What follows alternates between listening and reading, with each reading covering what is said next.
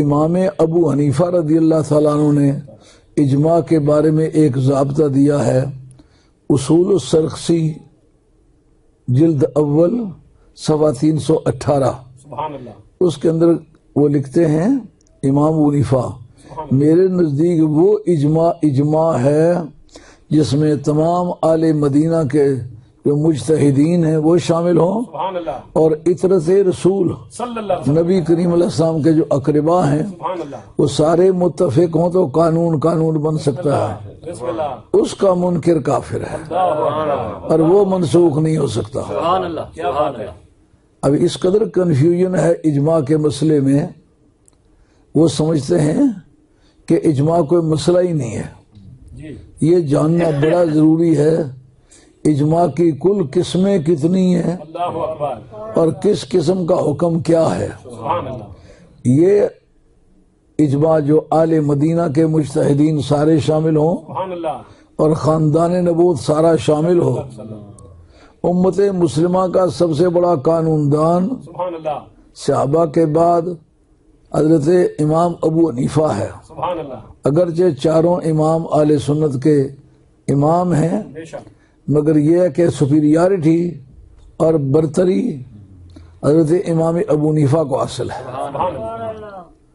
تو انہوں نے یہ بات بتلائی ہے کہ اگر ساری آل بیت رسول اس سے متفق نہ ہو، کیا بات ہے۔ ساری دنیا اس میں متفق ہو، وہ اجماع نہیں بنتا۔ سبحان اللہ۔ کتاب میرے پاس موجود ہے، کیا بات ہے۔ حوالہ لگا ہوا ہے، صفحے سمیت نام اس لیے لیا ہے سبحان اللہ۔ کہ میں نے اس پر کام کیا ہوا ہے۔ آہا۔ دور حاضر میں چھوٹے سے چھوٹا آدمی اس کی شمولیت تو ضروری ہے، اولاد رسول کی شمولیت اس میں ضروری نہیں ہے۔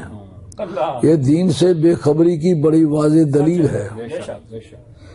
اور اجماع کا اس امت میں خصوصیت کے ساتھ ہونا یہ ختم نبوت کی دلیل بھی ہے۔ سبحان اللہ۔ سبحان اللہ۔ سبحان اللہ۔ اس کو آپ سمجھیں کہ کس طرح دلیل ختم نبوت ہے۔ یہ ایک بڑی مشکل ٹھہرتی ہے، جو دلیل بنانے والے علوم ہیں ان کو کہتے ہیں اسلام کے معیاری علوم، سبحان اللہ۔ اس کو انگریزی میں کہتے ہیں اسلامک نارمیٹیو سائنسز۔ سبحان اللہ۔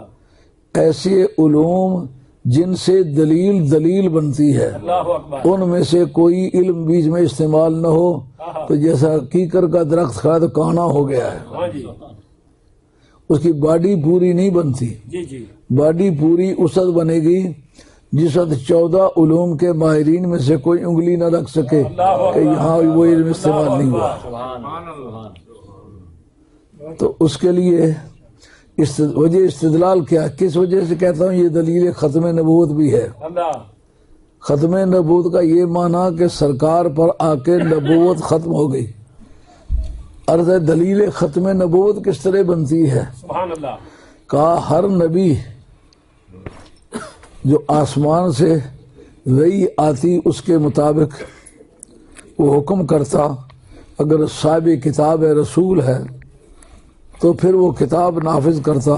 وجہ استدلال یعنی ثبوت کا طریقہ کیا ہے، اجماع امت ختم نبوت کی دلیل کس طرح ہے؟ بسم اللہ۔ ہر رسول یا ہر نبی جو کچھ خدا کی طرف سے کتاب آئی ہوئی ہوتی اس کو نافذ کر دیتا۔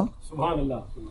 دوسری صورت یہ کہ اگر کتاب اس پر نازل نہیں ہوئی تو جو وحی الہی اس کی طرف آئے وہ قوم میں پہنچا دیتا تھا، سبحان اللہ۔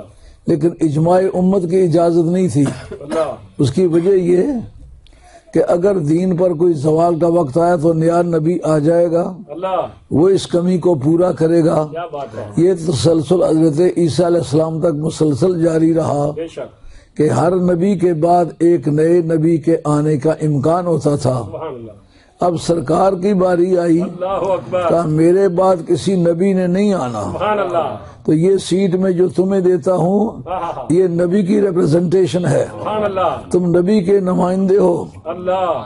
اس لیے تمہارا قول جو ہے قرآن و حدیث کے بعد سب سے زیادہ جامع ہے۔ سبحان اللہ۔ یہ آیت کنتم خیر امت، سبحان تم سب امتوں سے اچھے ہو، ان کی اچھائی کی ایک واضح دلیل یہ ہے اللہ۔ سبحان اللہ۔ کہ کسی قوم اور کسی امت کا اجماعی قول آہا اجماع امت نہیں بنا نہیں بنا اور سورس آف لا نہیں بنا، سبحان اللہ لیکن تمہاری رائے کو اللہ تعالیٰ نے اجماع امت کا درجہ دیا اور یہ مصدر قانون ہے۔ سبحان اللہ